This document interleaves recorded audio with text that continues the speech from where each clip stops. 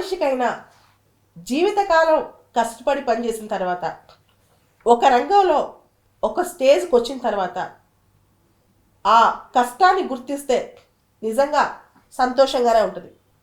అంతేకాదు వాళ్ళందరూ నవతరానికి role models అవుతారు. నిన్న పద్మ అవార్డ్స్ అనౌన్స్ చేశారు. భారతదేశంలో 1954 సంవత్సరం నుంచి ఈ అవార్డ్స్ ఇవ్వటం మొదలెట్టారు. మనందరూ తెలుసు భారతదేశంలో highest civilian award Bharat Ratna అని. ఆ తర్వాత పద్మవిభూషణ్, తర్వాత పద్మభూషణ్, తర్వాత పద్మశ్రీ. ఈ సంవత్సరం రాష్ట్రపతి గారు 128 పద్మ అవార్డ్స్ను ప్రకటించారు. దాంట్లో మనం గమనిస్తే 4 పద్మవిభూషణ్, 17 పద్మభూషణ్, తర్వాత 107 పద్మశ్రీలు, మొత్తం 128 అవార్డ్స్ అన్నమాట.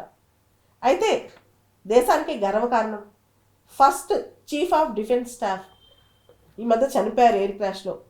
బిపిన్ రావత్ గారికి పద్మవిభూషణ్ రావటం విశిష్టత, అదొక విశేషం అని చెప్పుకోవచ్చు.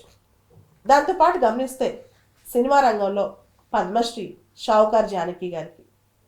గత 2-3 సంవత్సరాల నుంచి మనం చూస్తున్నాం పీపుల్స్ పద్మ అంటే ప్రజల అభిష్టం మేరకు ప్రజల్లోంచి వ్యక్తులకి, ముఖ్యంగా అన్సంగ్ హీరోస్ అంటాం, అంటే వాళ్ళ గురించి ప్రపంచానికి పెద్దగా తెలియదు కానీ గొప్ప గొప్ప త్యాగాలే చేస్తుంటారు. ఉదాహరణకి గత సంవత్సరం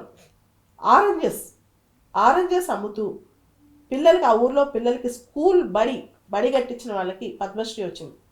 దాని తర్వాత ఒక ఎల్జీబీటీ కమ్యూనిటీకి చెందిన వ్యక్తికి గత సంవత్సరం పద్మ అవార్డు వచ్చింది. అలానే కర్ణాటకలో తులసి గౌడ అని చెప్పి ఒక ఎన్విరాన్మెంటల్ యాక్టివిస్ట్కి పద్మ అవార్డు వచ్చింది. ఇలా లెక్కే లేదు అద్భుతమైన అవార్డ్స్. తెలుగు రాష్ట్రాల్లో చలపతిరావు గారికి లాస్ట్ ఇయర్ మనం చూస్తే తోలుబొమ్మలాటికి పద్మ అవార్డు వచ్చింది. సో చిన్న చిన్న కళల్ని, దానికోసం జీవితాంతం కృషి చేసిన వాళ్ళకి గుర్తింపు అనేది చాలా గొప్ప విషయం చెప్పుకోవచ్చు. మనందరికి తెలుసు చిన్న వయసులో పద్మ అవార్డ్స్ రావాలంటే ఖచ్చితంగా స్పోర్ట్స్ అని. కానీ జీవితాంతం ఒకే కళ మీద, ఒకే రంగం మీద, ఉదాహరణకి అది ఆర్ట్ కావచ్చు, సోషల్ సర్వీస్ కావచ్చు, సివిల్ సర్వీసెస్ కావచ్చు, సైన్స్ అండ్ ఇంజనీరింగ్ కావచ్చు, మెడిసిన్ కావచ్చు, ట్రేడ్ అండ్ ఇండస్ట్రీ కావచ్చు, ఇలా రకరకాల రంగాల్లో, పబ్లిక్ అఫైర్స్ కావచ్చు, ఇలా రకరకాల రంగాల్లో మనం కృషి చేస్తుంటాం. ఉదాహరణకి గత సంవత్సరం భారతదేశంలో కోవిడ్కి వ్యాక్సిన్స్ కనుక్కున్న వాళ్ళందరికీ కూడా ఈసారి పద్మ అవార్డ్స్ వరించాయన్నమాట. ఇప్పుడు కృష్ణ ఎల్లా, సుచిత్ర ఎల్లా గారికి కంబైన్డ్గా పద్మభూషణ్ రావటం ఇవన్నీ కూడా గొప్ప విషయాలు. అయితే ఇక్కడ సినిమా రంగాన్ని గత 2-3 సంవత్సరాలుగా తక్కువగా పద్మ అవార్డ్స్ తక్కువగా వస్తుంది అని చెప్పి కూడా చాలామంది అంటుంటారు. మనందరూ తెలిసిన ముందు చాలామంది సినిమా రంగంలో పద్మ అవార్డ్స్ వచ్చాయి, ఈ మధ్య తక్కువ వచ్చాయి. సో ఈ పద్మ అవార్డ్స్ వీడియో నేను చేస్తున్నప్పుడు నాకు చాలా సుపరిచితం, నా ఆల్మోస్ట్ ఒక తల్లి పుట్టమైన నా సిస్టర్ లాంటి వాళ్ళు దివ్యవాణి గారు ఉన్నారు ఇక్కడ. తన అభిప్రాయం, మేడం అభిప్రాయం తీసుకుందాం. అసలు పద్మ అవార్డ్స్ కళలో ఎలా చూస్తున్నారు, ఇంతవరకు ఎలాంటి కళాకారులకి పద్మ అవార్డ్స్ వచ్చాయి, ఇవన్నీ ఒక్కసారి తెలుసుకుని ఆ తర్వాత ఈ డిస్కషన్ కంటిన్యూ చేద్దాం. మ్యామ్, ఈ సంవత్సరం పద్మ అవార్డ్స్ చూశారు కదా, ముఖ్యంగా మొగలయ్య గారికి, మీరు భీమ్లా నాయక్ సాంగ్ మీ ఫేవరెట్ సాంగ్ నాకు తెలుసు, మొగలయ్య గారికి పద్మ అవార్డు వచ్చింది. దీనిపైన మీరు ఎలా స్పందిస్తారు? అదేవిధంగా రకరకాల ఫిల్మ్ స్టార్స్ కూడా ఈసారి పద్మ అవార్డ్స్ చాలామంది నామినేషన్కి వెళ్ళే పేర్లు, కానీ ఫిల్మ్ స్టార్స్కి ముఖ్యంగా తెలుగులో నిరాశ ఎదురైంది. దానికి మీరేమంటారు? ముందుగా ఈ కార్యక్రమాన్ని చూస్తున్న ప్రేక్షకులందరికీ కూడా నా హృదయపూర్వక నమస్కారాలండి. ఇది అనుకోకుండా నేను మ్యామ్ దగ్గరికి రావటం, మరి ఈ యొక్క ప్రోగ్రాంలో నేను కూడా పార్టిసిపేట్ చేయటం నేను చాలా సంతోషంగా ఫీల్ అవుతున్నాను. ముందుగా కేంద్ర ప్రభుత్వం గుర్తించి ఇచ్చినటువంటి అవార్డ్స్ ఇచ్చిన అందరికీ కూడా నా హృదయపూర్వకంగా వారికి నా శుభాకాంక్షలు తెలియజేస్తున్నాను. మరి ముఖ్యంగా మన ఆంధ్రాలో ఒక మారుమూల పల్లెల నుంచి ఆడా కాదు ఈడా కాదు అమీరోళ్ళ మేడా కాదు జమ్మ చెట్టు మడుగు కింద అని చెప్పినటువంటి, మరి ఆ మట్టిలో మాణిక్యాన్ని బయటకు తీసుకొచ్చినటువంటి మన డైరెక్టర్ త్రివిక్రమ శ్రీనివాస్ గారికి, అలానే పవన్ కళ్యాణ్ గారికి, మరి అటువంటి టాలెంట్ని బయటికి తెచ్చి ఇంతమంది హృదయాలను రంజింప చేస్తూ, నేను ఎప్పుడు కూడా మా బాలలత మ్యామ్ని అంటాను నేను. సో ఆ సాంగ్ని మేము మార్చి ఎప్పుడు కూడా మ్యామ్కి శభాష్ బాలమ్మ నాయకి అని చెప్పని అంటాము. అలానే ఈరోజు సభాష్ మొగలయ్య నాయక అంటున్నామండి. మనం గర్వించదగిన విధంగా ఈరోజు కేంద్రంలో ఒక స్థానాన్ని సంపాదించుకున్నటువంటి, అది తన మొట్టమొదటి సాంగ్తోనే తనకున్నటువంటి ఆ ప్రావీణ్యతని అంత దూరం రీచ్ అయ్యారని అంటే ఇట్స్ చాలా గ్రేట్ సార్. మనస్ఫూర్తిగా మీకు కూడా నేను కంగ్రాట్స్ చెప్పుకుంటున్నాను. అలానే మన తెలుగు ఇండస్ట్రీలో మోహన్ బాబు గారికి, చిరంజీవి గారికి, అలానే అమ్మ షౌకత్ జానకి గారికి, బ్రహ్మానందం గారికి పద్మశ్రీ, పద్మ విభూషణ్ అటువంటి అవార్డ్స్ రావడం చాలా గర్వకారణం. ఎందుకంటే ఒక ఆర్టిస్ట్గా నాకు తెలుసండి, మాకు ఇచ్చే పేమెంట్స్ ఎటుపోతాయో, ఒక ఆర్టిస్ట్లో పడే కష్టం ఎటుపోతుందో తెలియదు, కానీ ఆ ప్రేక్షకులు ఇచ్చే చప్పట్లు అండ్ ఇచ్చే అవార్డ్స్ అనేది, అది మాకు, మేము చనిపోయినా కూడా ఈ అవార్డు గ్రహీత అనేది ఒక ఇంటి పేరుగా మారిపోవటం ప్రతి నటుడికి, నటీమణికి కూడా చాలా హృదయంలో చెప్పలేని సంతోషం ఇచ్చేటువంటి విషయం.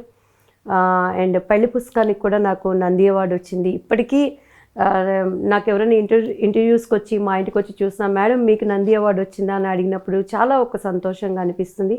అలానే మనకి ఇంకా కేంద్ర రాష్ట్ర ప్రభుత్వాలు మనకు గుర్తించదగినటువంటి నటులు ఇంకా ఉన్నారు.